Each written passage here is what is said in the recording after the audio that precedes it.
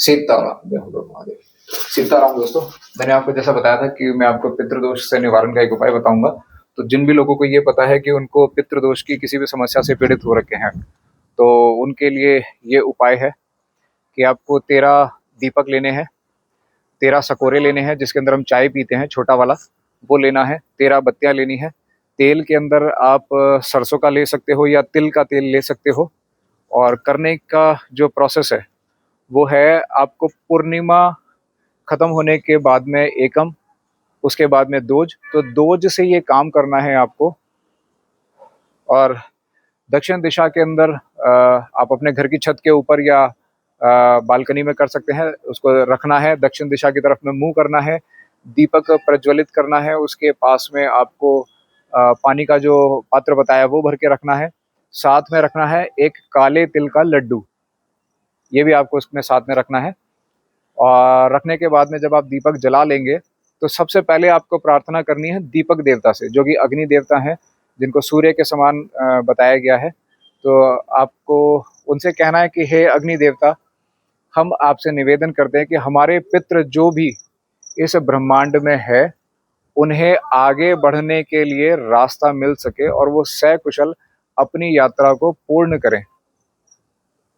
ये बोल करके आपको फिर ऊपर की तरफ देख करके हाथ जोड़ के अपने पितरों को बोलना है कि हे मेरे घर के पितृ देवताओं, हमसे जो भी कोई गलतियां हुई है उन सब के लिए हम आपसे क्षमा मांगते हैं और आपसे निवेदन करते हैं कि आप हम पर कृपा करें। और आपके लिए हमने जल की व्यवस्था की है, खाने की व्यवस्था की है और दीपक की आपके लिए प्रकाश की व्यवस्था की है, जिससे कि आपके आने वाले जिस रास्ते पे आप चल रहे हैं वहाँ पे आपको बहुत आराम से आप चल सकें और आपको किसी भी प्रकार की दुविधा ना हो। अपने शब्दों में भी आप जो बोल सकते हैं उन्हें अच्छा कुछ भी। और उसके बाद में पितरों से यही आपको प्रार्थना करनी है कि आप हमारे कुल कुटुंब का, हम पूरे परिवार का अच्छे से रक्षा करें, हम पर अपनी कृपा बरसाएं, कृपा दृष्टि हमेशा बनाए रखें। ये प्रयोग 13 दिन करना है और हर दिन की जो सामग्री बचती है आप उसे रखते जाएं साइड में। 13 दिन के बाद में अमावस्या के दिन पे आपको ये सारा का सारा सामान किसी भी बहते हुए पानी में छोड़ देना है।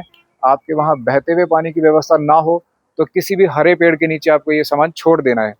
अब बीच में क्या होगा कि जब आप पहले दिन ये प्रयोग करेंगे तो हो सकता है कि आपको सपनों के अंदर आपके जो भी कोई पितृ हैं वो आकर के दर्शन देना शुरू कर दें। और ऐसा नहीं होता है तो आपको पितरों से निमित्त कोई ना कोई इंडिकेशन दिखेगा ही दिखेगा। उसके अलावा अगर आपको कोई भी खाने पीने की चीज़ें दिखती हैं तो आप दूसरे दिन, अगर पहले दिन दिखती हैं तो दूसरे दिन इस प्रयोग को करना है, दूसरे दिन दिखती हैं तो तीसरे दिन करना है। तिल के लड्डू की जगह उस खाने की सामग्री को वहाँ पर रखना है और रखने के बाद में आप फिर देखिए आपको क्या रिजल्ट मिलता है।